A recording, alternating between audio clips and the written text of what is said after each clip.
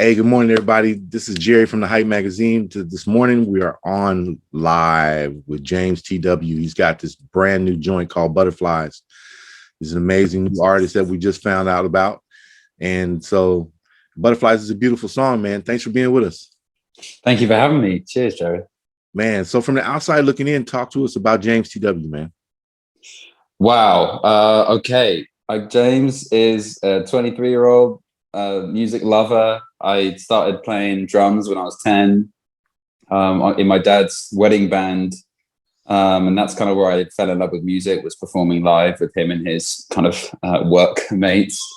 And then I guess after that, I started learning the guitar. My dad taught me some chords, and I started putting videos on YouTube. I ended up getting discovered like 5 years after that by Shawn Mendes, and he brought me to his label Island Records, and the rest kind of I worked with Island on the rest of the music.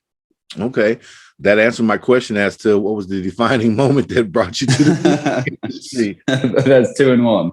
Yeah, that's great. So talk to us about your new project and Butterflies, and tell me why you're always the 2 songs that I've listened to have been about lost love, kind of. And what's the I guess is the other song that you've heard, When You Love Someone? Yeah. So I guess they're both completely different stories. I mean, When You Love Someone wasn't about me. That song was about a boy that I used to teach drums to, and I found out his parents were getting divorced before he knew. So I kind of thought, wow, like, he's only 11. How are they going to explain it to him? So that song was kind of to try and help the boy. Whereas Butterflies, I went through a breakup last year, and I'd only really had one relationship, since I was a teenager. So it was kind of a big shock to me and my system. So I tried to write a song about all the things that people try and do to get through it and get past a relationship and get over someone. And that's really what Butterflies was. And it is, I guess. Okay. So what do you love the most about making music? Oh, what do I love the most?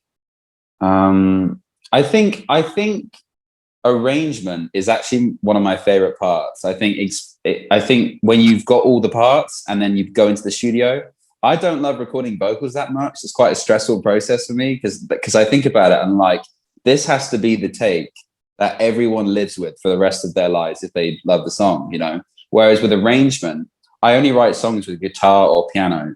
So when I get to start thinking about other instruments that can go with those and complement them and add to it and build the track up, that's really fun to me. So that's probably one of my favorite parts. And obviously I'm a lyrical guy. Like, I think that's the main thing that people listen to my music for, is the lyric and the meaning behind the tune. So when I can express exactly how I feel and put it into song and rhyme and melody, that it just is so rewarding to me. Okay. And the most challenging, of course, you just said is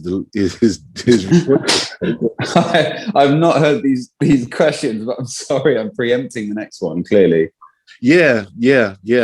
What that means that we're like-minded. So that's a good, on the same page. We're on the same page. That's a good conversation, man. Early in the morning. What time is it there for you now?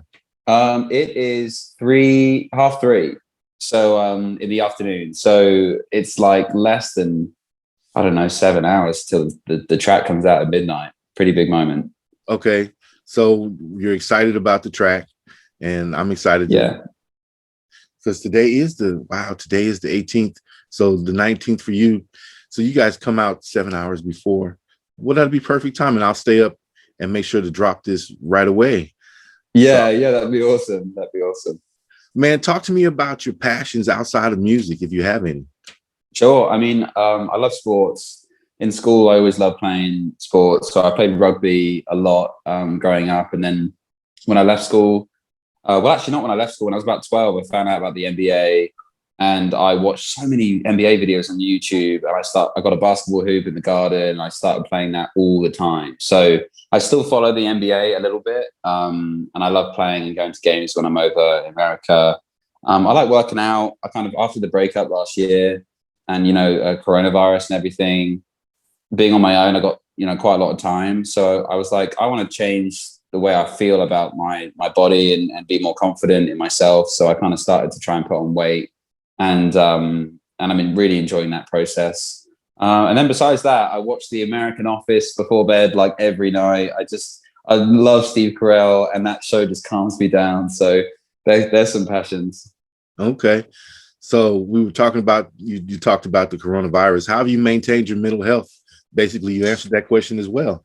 Well, I mean, I think obviously working out, but other things is like one thing I started since kind of COVID and lockdown was just journaling in general. I think just it's weird. We spend so much time on our own, but we never really check in with ourselves. Like, so sometimes I have these weird conversations just on my own. Like, people would probably think I'm crazy, but you need to treat yourself like a friend. Like, you need to see how you're doing, and sometimes when you actually sit down and ask yourself that, and you let yourself answer honestly instead of just kind of putting up a front, there's something that you get out of that, of just kind of being really honest and not holding anything in. That's really helped me in the lockdown.